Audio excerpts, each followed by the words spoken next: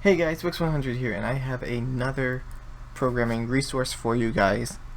Today I'm going to be showing you Eclipse. So previously I showed you Visual Studio, which is an IDE and compiler for, well, many different programming languages, including but not limited to C#, C++, and Visual Basic. Well, Eclipse is similar to Visual Studio, except it is not made by Microsoft, the interface is different, and it works for different programming languages.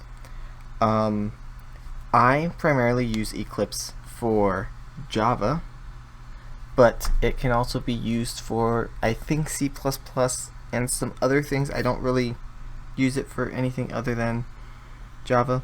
But to get it, you go to eclipse.org and hit this download button, and then hit that download button, and it installs it downloads the installer, and then from there you can select many different Eclipse packages. Like I said, I choose Eclipse for Java developers, but there's many different packages available, and there's also these different projects that the Eclipse Foundation creates as well. I've never used any of them. I have no idea what they do. I have no idea what they are.